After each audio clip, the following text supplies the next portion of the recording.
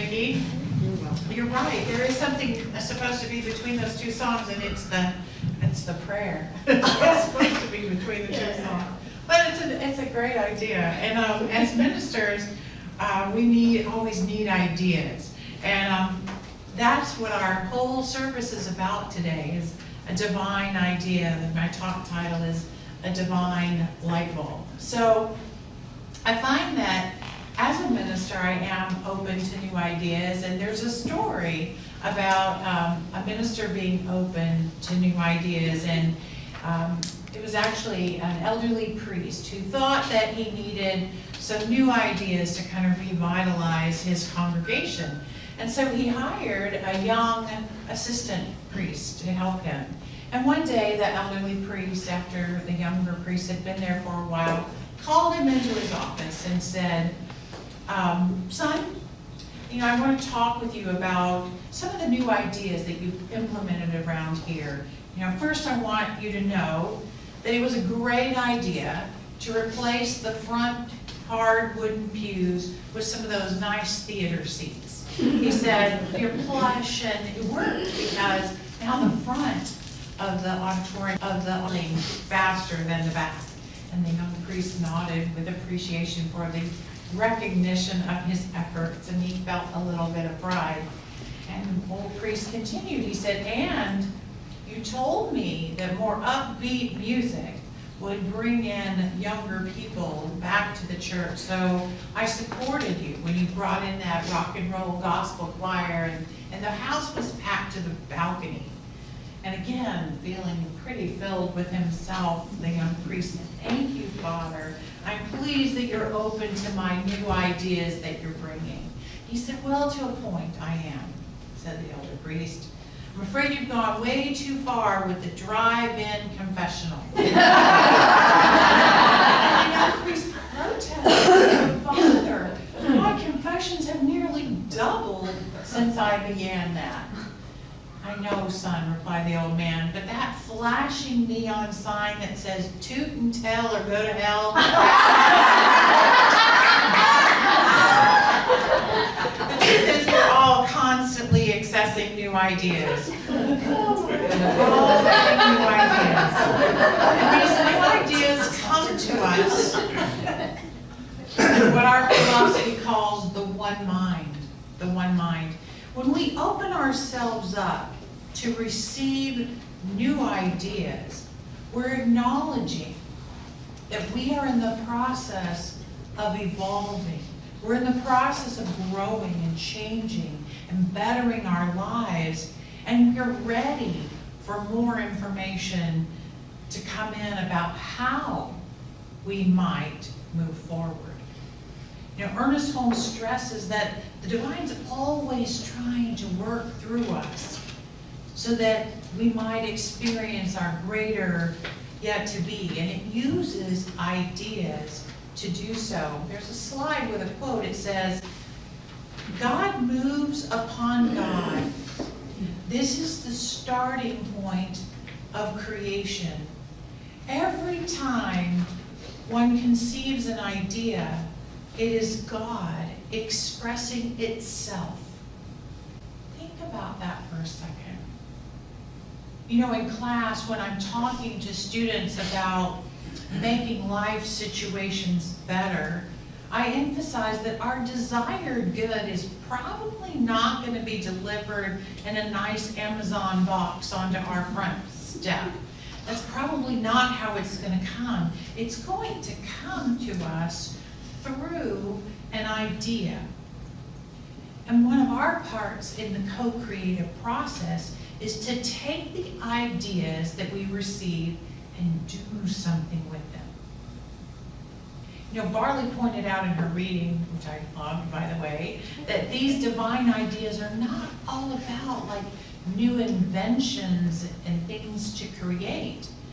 We can receive divine ideas about all different parts of our lives, both big parts and small parts. Some of the small things that we might receive an idea about are, like which store to go into, You know, you're in a mall and you're looking for something and an idea will come, oh, I'll go in that store. Or perhaps you get an idea to invite a certain coworker to lunch. Or you might be in a store and think, oh, I'll try this new thing that I saw in a magazine. I'll try a new sandwich spread or whatever. And it turns out to be the very next best thing that you just can't not eat, right? And big ideas will come too, like where we might move, or which job we might apply for, what new dating website to put our profile on, or what company perhaps to invest in. Because when our consciousness is awake and aware, Spirit can help us create. And this one mind that we're working with is constantly creating with us. In a work called A New Design for Living, Ernest Holmes wrote it with Wildis Kinnear, and it says this, it's kind of a long quote, let me read it. It says, there is no separation between creator and creation. They are one and the same thing. They are different sides to the same coin. When we think about it, is not this the way everything is created? Is not everything made out of that which cannot be seen? Is not the invisible always becoming visible in accord with a form or a pattern? What about that rose bush in the garden, he writes? There must be some thought, plan, or pattern for its structure which defies man's engineering skill and even our ability to comprehend fully the way it operates. In what mind did that idea originate? Not ours. It had to be a mind greater than ours. That mind which also expresses as our minds, and of which our minds are a part. Unquote. The mind that had the idea of the rose bush in the garden is our mind too. In the vast warehouse of unlimited possibilities in the one mind, we can shop for ideas for our individual lives. We have that choice. But so many of us continue to play small. We continue to insist that we're human beings, and we're just a human being. We can't create a rose bush. We have limitations of every kind. We might go into that warehouse of infinite possibility with our maybe an iPhone-sized flashlight as we shop, looking around, right? We're looking for possible ideas. But we go down the same aisle we've been shopping down our whole lives. And what's the label on that aisle? The label of that aisle is something like ideas for the not so smart, or ideas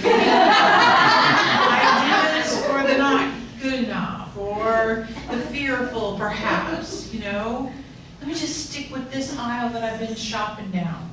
You know, I may not be blowing the roof off of things, but at least I'm comfortable with these possibilities. I know I've done it this way forever, but at least I'll have a modicum of success if I do it the same way. I'm going to cling to the tried and true methods because I know that they'll work at least a little bit. I know Ernest Holmes says I'm a God being, but he didn't meet me, right? So I'm going to continue to shop down this one aisle. But every now and then, usually when we're in our beds late at night, an amazing idea will pop in. Completely unexpected. That divine light bulb goes off suddenly. Remember this from the Science of Mind textbook in our earlier slide. God moves upon God. This is the starting point of creation. Every time one conceives an idea, it is God expressing himself. And so often around here we use the expression that God expresses through us, or that we are a divine and unique expression of God. If we believe that, We must know that the highest and best is always trying to come through. Spirit's always wanting an opening through which to show itself and express its true nature. Guess what? The only instrument Spirit has to express through is its creation, is us. And the rose bush too, but us. You know, we're in constant communication with that highest self, with the divine intelligence. We have desires in us that arise, and we begin to wonder about how things might be better in our lives, in our relationships, in our circumstances. We have an idea. And at some point along the way, we learn to love ourselves just a little bit more, and we utter those 3 magic words I talk about a lot around here. I deserve better. I deserve better. And when we utter those 3 words, Spirit's response to that inner shift is to express itself as an idea. Everything starts with an idea. Everything. Absolutely everything. Obviously, the rose bush I referred to. But in the law of cause and effect, everything we experience is an effect. What is the cause? The cause is a thought. The cause is an idea. Holmes says behind every effect there is a cause. And if this cause is a spiritual idea, which it must be, then it follows that should the spiritual ideas be discerned, the physical effect would be like it. The entire possibility of demonstrating the law of good depends upon this proposition. The idea is father to the fact. Ideas are real, having the power within themselves to be made manifest. That's what he wrote in the Science Mind text. So what he's saying is that within the idea is everything needed to make it manifest. It's like the idea is a seed. Inside the seed is everything necessary to become the whole plant. The seed is complete from the beginning. Inside the initial cell of an embryo is everything necessary to become that complex being it will become. Inside the idea is everything needed to become manifest. But what does the seed need? What does the seed need? What does the embryonic cell need? What does the divine idea need? They all need a nurturing environment in which to develop. The seed needs that receptive soil and needs to be protected from the birds and everything else, the harsh conditions that might stop it from growing. That embryonic cell needs that safe environment in which to multiply and grow more complex. It too must be protected from any element that might harm it. Both of them must receive the nutrients and fluids to come into its full expression. And guess what? Ideas are the same and they require the same. When that divine light bulb goes off in your mind in the middle of the night, you must protect it from what? From your inner critic. You have to protect it from those voices inside your head that say, are you crazy? You're not good enough for that idea. You don't know how to do that. We all have those voices. You also have to give the idea the space to express, the time to become manifest, to get more complex and complicated. You must give it an all-powerful yes. And you must feed it the nutrients of your faith. You've got to feed your faith to the idea. And most importantly, you must act.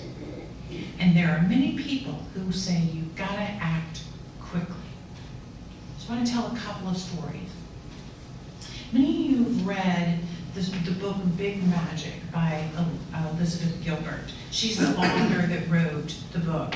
Megacella, Eat, Pray, Love, right? It became a movie and everything. And anyway, in her newer book, Big Magic, she talks about how ideas are things. She tells the story of receiving this idea for a book, and it was a vivid idea for the book, and she received it one time, but her life at the time was very busy. And she kind of shelved the book at the time. She wrote some notes, but she shelved it. It was this complicated plot about this scientist who went to the Amazonian jungle to do some research, and that scientist disappeared. And then there was this big drama about the people around her trying to find her and stuff, and this very specific idea for a book. But she shelved it. And sometime later, she discovered that her dear friend, the author Ann Patchett, received the same divine idea for a book. And Ann Patchett wrote the book.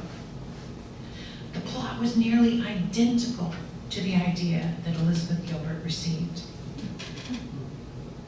The finished book is called State of Wonder. And in a review of Big Magic, this is what it says. It says, of course, Patchett didn't literally write a book published under Gilbert's name. There was no stealing, no plagiarizing, no ghostwriting. As Gilbert's story goes, the idea for a novel set in the Amazon jungle came to her.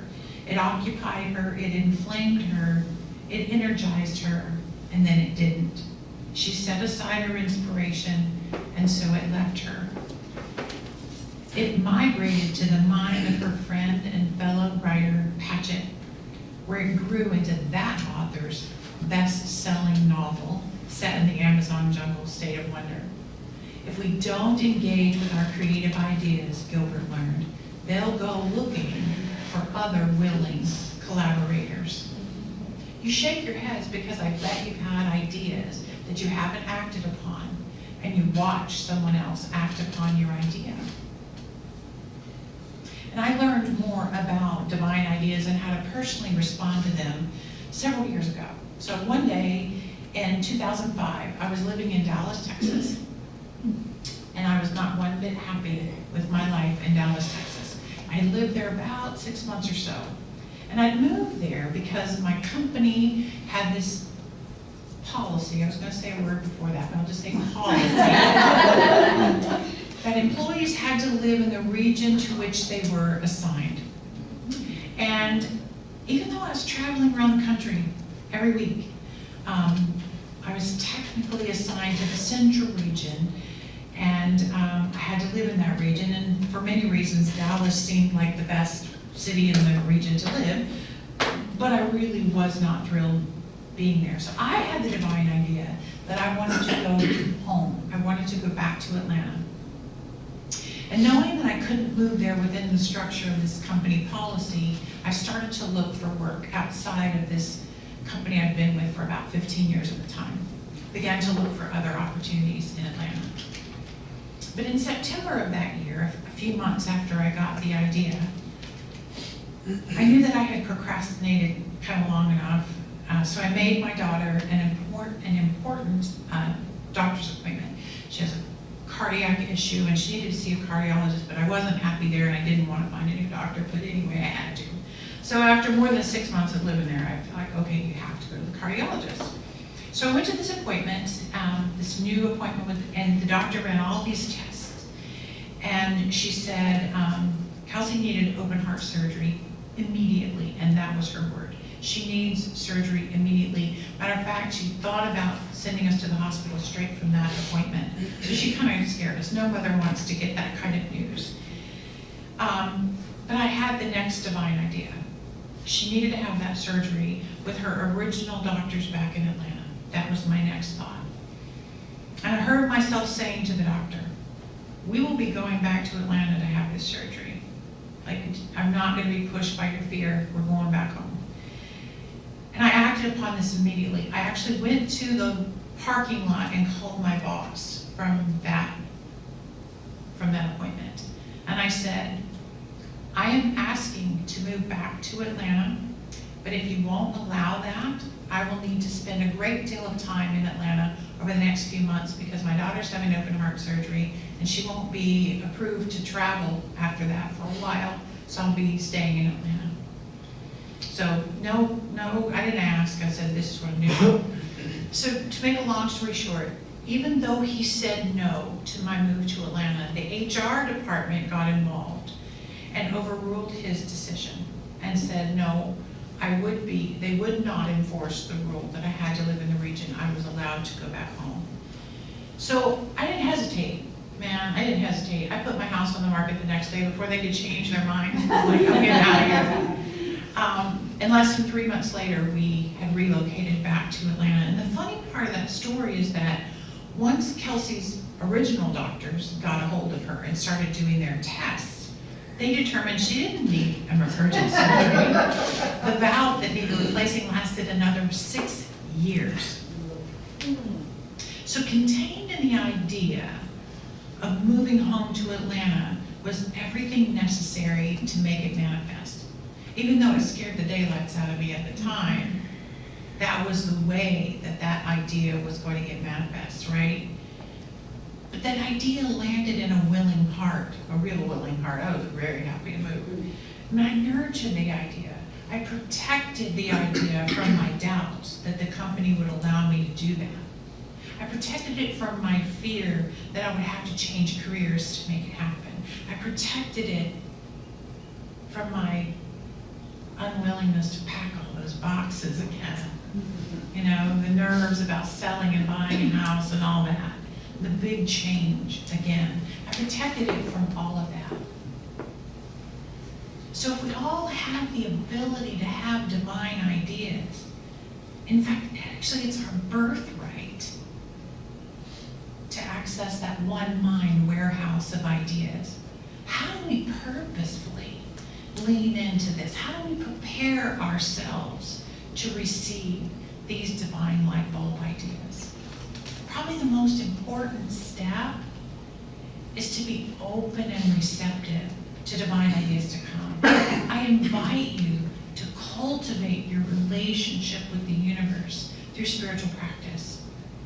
Be sure to spend time alone. You know, I think the reason why we all get so many ideas at night is because we're finally quiet and we're contained within ourselves. You know, so often during the day we're running around doing everything possible to avoid going deeper, right? We're constantly distracting ourselves with a screen of some size or another. You know, we can step past this uncomfortable silence. And when we do that, we can start to see and hear our divine selves better. That inner essence of who we really are has a chance to say something, right? It's in the silence of our own space where that divine light bulb can go off. And maybe because it's dark, we can finally get an illumined idea. But in your time alone, you don't just have to sit there and in the silence. You don't have to do that. I really invite you to consider doing a daily journaling or just intuitive writing to access these things that are running through your mind. Ask yourself a question or bring forth a situation that you need a new idea on and take that into your journaling time or your writing time and kind of see what shows up, what solution arises in that world of possibility. Reading is a great way to bring forth ideas. Allow Spirit to guide you to the books that you need to read or to the people you need to hear. Trust that each word is for you, and it may contain the next divine idea. And continue to surround yourself by like-minded souls. See, here in this community and in the wider community of spiritual seekers, there are people who are also on this similar quest to cultivate a relationship with this intelligent universe. Because the right companions on your road of life will listen to your ideas. They will feed your faith. They will encourage you and not just douse all of your ideas with fear. Invest in these relationships. cherish them. You know, we have enough people in our lives who will doubt us and doubt our abilities. We need those around us who will encourage us. You also might be wondering, well, Laine, how will I know it's a divine idea? The best question to ask yourself sounds like this. Does this idea make me feel more alive? When I consider doing this, do I envision my life getting better? Does it get me excited? Does it make me smile? If that idea gives you that wow feeling inside, you can pretty much know that it's a divine idea flowing through you. That's what it feels like. It's a sign of a divine idea. And never doubt your connection. Never doubt your connection to the all.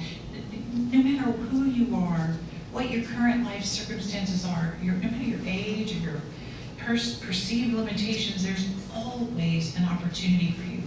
Holmes says this: we must know that the doorway of opportunity is never closed. The doorway of opportunity is never closed.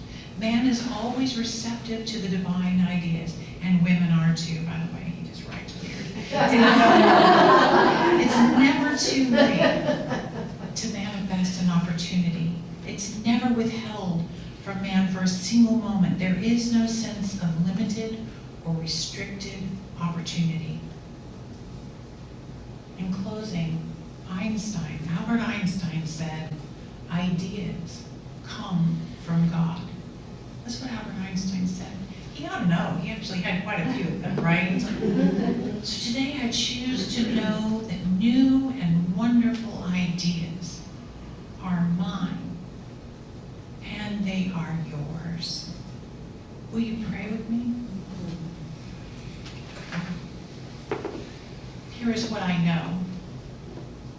What I know is that Spirit is in this moment. Spirit is in the heart and mind of each one present.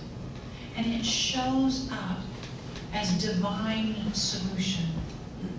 Whatever question is being asked today, there is a divine idea just waiting to show itself, waiting to live through each and every one in this room. Because God is good and God never withholds itself from its creation. I know that as we open ourselves to that inspiration, that idea, that it makes its way into our hearts, into our thoughts, and into our experience. And I know right here and right now a greater willingness, a greater courage, a greater sense of well-being settles into each one's heart. And we step forth into a new idea, into a new expression of our highest and best. Right here and right now. There is nothing opposing that. So I am thankful for that. Thank you, God.